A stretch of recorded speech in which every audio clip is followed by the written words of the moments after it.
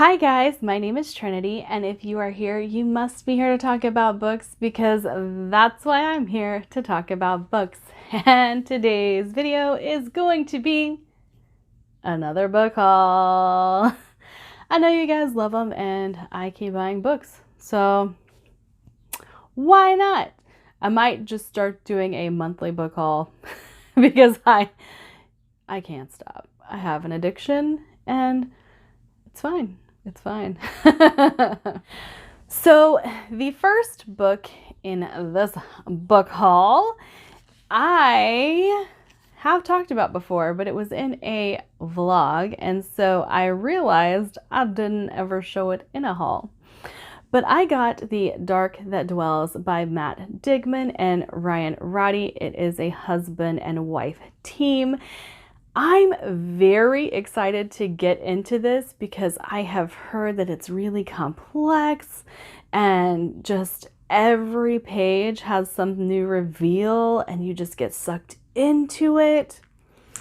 So let me read you the back. In a galaxy far from their birthplace, humanity survives, raised from ruin by the only God whose name they remember.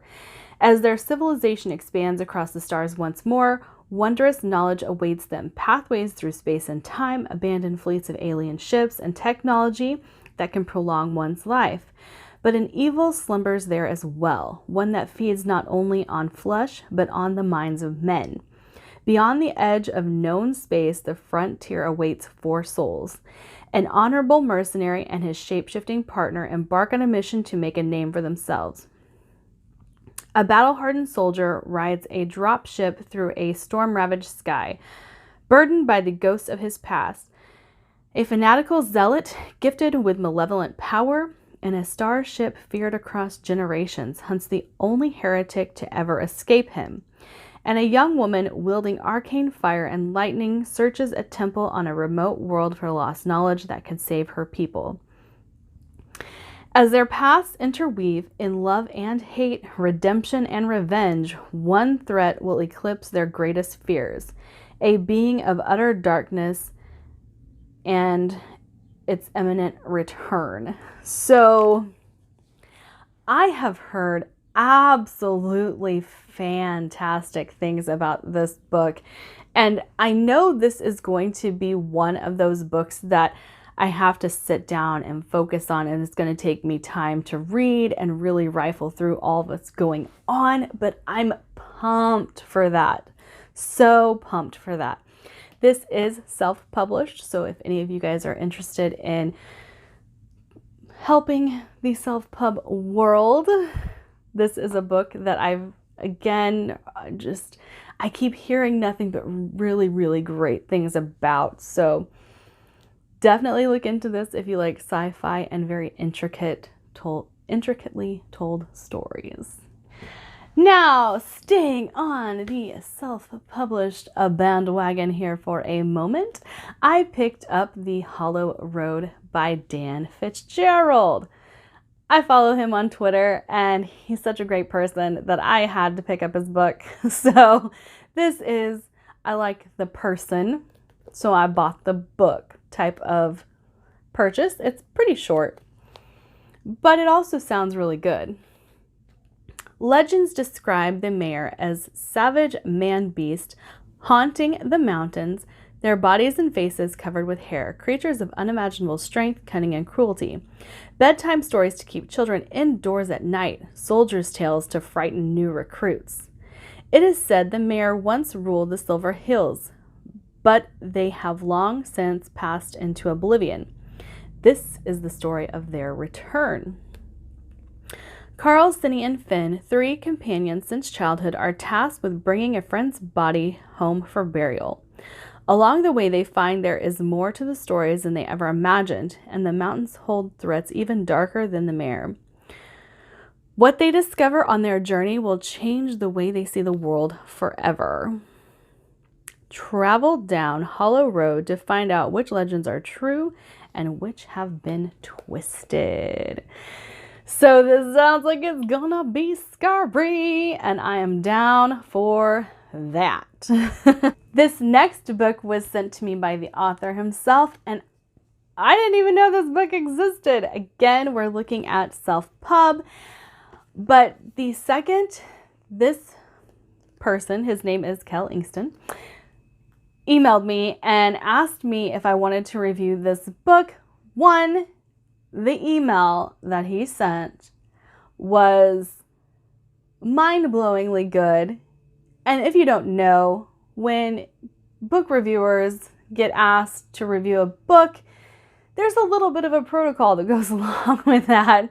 And one thing that we look for in any type of request is that you have watched our YouTube videos, you have read our blog, you follow us on Twitter, you know something about us that makes you think we will like your book. You're not just out there randomly clicking a known blogger or YouTuber's email and shooting off a generic email because they have a following. So that's what we want to see. We want to see a little bit of personalization. We want to know that you read our blog. We want to know that you went to our About page, looked through that little section that said what we like in books, what we don't like in books, all of that stuff. And the email I got was fantastic. I would have read the book just because this person decided to actually read that blurb I took the time to write to let people know, if your book is not like this, please don't send it to me. And so I was very excited whenever I got the email from Kel Ingston, because look at this, Wood Castle. Now, the cover alone would have made me pick up this book. And so I'm very, very excited that I get the chance to review it. And let me go ahead and redo the back. Against friend, foe, and fae alike, how can she prevail? Mio Letland is considered very sweet by all that know her, but she enjoys her job as a black company operator a little too much. Turns out, drawing pretty pictures on the corpses of your victim is not a good way to make extra friends among the company. It's a refreshing change of pace for those around her that she gets called in for a new mission. Turns out a mysterious string of murders in the fairy kingdom leave diplomatic relations in distress the suspects. Westerner humans as always. In an effort to keep the peace, the Western Kingdom summoned 3 valiant knights of the Royal Corps to investigate and capture the culprits. The disciplined half-dragon Has Rael, the legendary Ranelagh of Rian, and of course Mio herself, uncover a sinister necromancer plot to subvert the fairy king and take a once-in-a-millennium opportunity to question the extra-dimensional being to gain knowledge from beyond the bounds. So this book has hit on my sweet spots so hard, and I'm so excited to read this. And for those of you who have got this far, I have an extra signed copy. So if you would like a copy of this book, stick around and I will tell you how to enter a giveaway for this book. Okay, next would be my Owlcrate book that I got last month. And The Ones We're Meant to Find by Joan He. Now, this book has such a pretty cover. I love it. And you guys are probably going to wonder what the embossed cover looks like, so I'm going to go ahead and show you. There it is. Very simple, but very pretty. And the end papers themselves are also very pretty. And there's the autograph. So this book actually almost made it into my Olympic readathon, and then I decided a little while ago, no, I was going to go ahead and do a Is Owlcrate Worth It? And read my Owlcrate books all at once and do a vlog about it and let you guys know what I think. So for this book here, The Ones We're Meant to Find, it's been 3 years and 17 days since C woke on the shores of an abandoned island. She has no idea how she came to be marooned or what her life was like before. She has only the rickety house by the sea, the android she built for company, and a single memory. Somewhere beyond the horizon, she has a sister, and it's up to C to escape the island and find her. A world away, 16-year-old STEM prodigy Casey is also looking to escape from the science she once believed in and from her home. The eco-cities, Earth's last unpolluted habitats, Lord, are meant to be a sanctuary for those from deserving lineages, for those committed to planetary protection, but instead they're populated by people willing to do anything for refuge, even lie. After a series of man-made disasters rock the planet, Casey must decide if she's ready to use science to help humanity, even though it failed the people who mattered most to her. So I'm very, very excited to get to this. It sounds like it is going to be such a good read and probably a little heartbreaking, but it sounds fantastic. Now for books that I purchased myself. You guys have probably seen this book make the rounds on BookTube as well, but I had to pick up The Ninth Reign by Jen Williams, because I have heard that this combines a lot of my favorite elements in fantasy and urban fantasy and ties them together. And if you guys don't know, The Ninth Reign has vampires, it has fae, it has all sorts of stuff, witchcraft. Let me go ahead and read the back. The city of Abora once glittered with gold. Now its streets are stalked by wolves. Tormalin the Oathless has no taste for waiting to die while the realm of his ancestors falls to pieces. Talk about a guilt trip. When eccentric explorer Lady Vincenza Vintage de Grazon offers him employment, he sees a way out, even when they are joined by fugitive witch with a tendency to set things on fire. The prospect of facing down monsters and retrieving artifacts is preferable to the abomination left behind. But not everyone is willing to let the empire collapse, and the adventurers are soon drawn into a tangled conspiracy of magic and war. So I know that these people are trying to figure out how to stop this cycle of destruction from happening. They have figured out that there is a cycle, yet all of the people who know about the cycle have died. So they're kind of left to figure it out for themselves, but it sounds like it's going to be such a good read. And most of the people that I have talked to who have read this have said that it is brilliant. So very, very excited for this one. Now this is another one that pops up on my Twitter quite often, and that would be The Grimm Company by Luke Skull.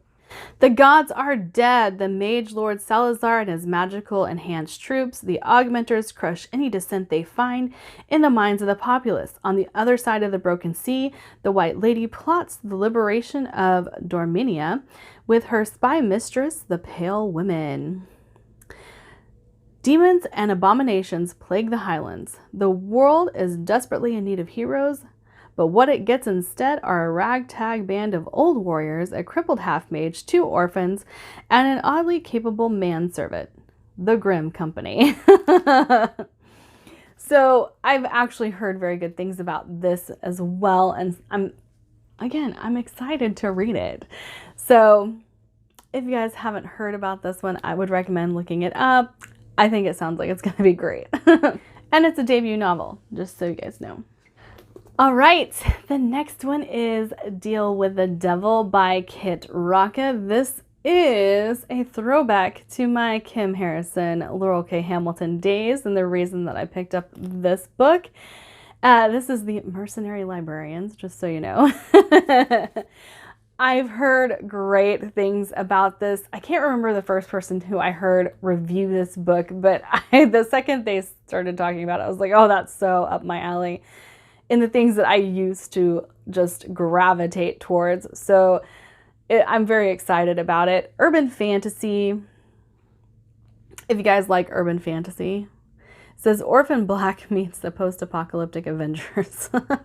I never trust when marketing gives you something to equate to the book because, you know, everything is the next Game of Thrones or, you know, it tries to equate it to something familiar and then that never pans out in my brain. So I don't pay any attention to that, just so you guys know. Nina is an information broker with a mission. She and her team of mercenary librarians use their knowledge to save the hopeless in a crumbling America. Knox is the bitter battle-weary captain of the Silver Devils. His squad of superior soldiers went AWOL to avoid slaughtering innocents, and now he's fighting to survive. They're on a deadly collision course, and the passion that flares between them only makes it more dangerous. They could burn down the world, destroying each other in the process. Or they could do the impossible and team up. So, yeah, like I said, it's a throwback to my Kim Harrison, Laurel K. Hamilton days, and I'm very excited. It sounds like it has a pretty good deal of romance in it, so I'm okay with that. So next, I picked up Black Leopard, Red Wolf. I don't know much about this. So I picked this up because I've heard a lot of people talk about it and say that it's very different and that if you like different, this will probably be up your alley. You guys know that different can fall completely flat or be some of my favorite books that I've read. And I know that this is fantasy. It is the first book in a trilogy, and I'll go ahead and read some of the back for you. Tracker is known for his skills as a hunter. He has a nose, people say. Hired to find a mysterious boy who disappeared, Tracker breaks his own rule of always working alone when he finds himself part of a group assembled to search for the boy. The band is a hodgepodge full of unusual characters, including a shape-shifting man-animal known as the Leopard. As Tracker follows the boy's scent, he and the band are set upon by creatures intent on destroying them. As he fights for survival, Tracker starts to wonder, who really is this boy? Why has he been missing for so long? And perhaps most important, who's telling the truth and who's lying? Drawing from African history and mythology and his own rich imagination, Marlon James has written a saga of breathtaking adventure, defying categorization and full of unforgettable characters. Black Leopard, Red Wolf is surprising and profound. That's something that I've actually heard, even though it's on the blurb and the back of the book. I have heard that this will get under your skin, might make you cry, but I'm very, very excited to get to this one. It's a little bit of a chonker, so I'm not exactly sure when I'm going to get to it, but very excited for it. And the final book for this haul is one that I've seen so many times on other booktubers' shelves, and every time I'm like, what is that? What is that? I have not heard of this. Tell me about this book.